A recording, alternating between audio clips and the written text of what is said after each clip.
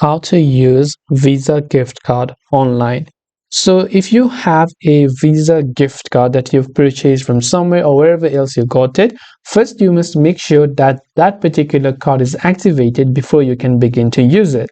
Now, to use a Visa gift card, you can use any e-commerce platform like Walmart or Amazon. And because they accept a Visa gift card, the only thing over here is that let's say you're checking out at Walmart and you can see under pay with card they also support a Visa card. Even if it is a gift card, you have to add it as a normal credit or debit card. So you should not go to a separate option to add a gift card.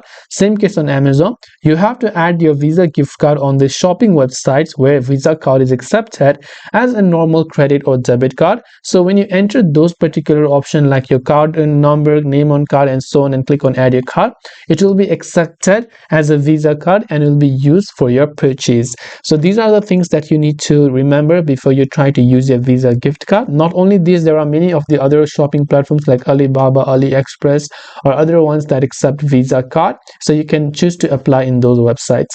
I hope the video helped you. If you have any questions, feel free to leave them down. Thanks for watching and see you in the next video.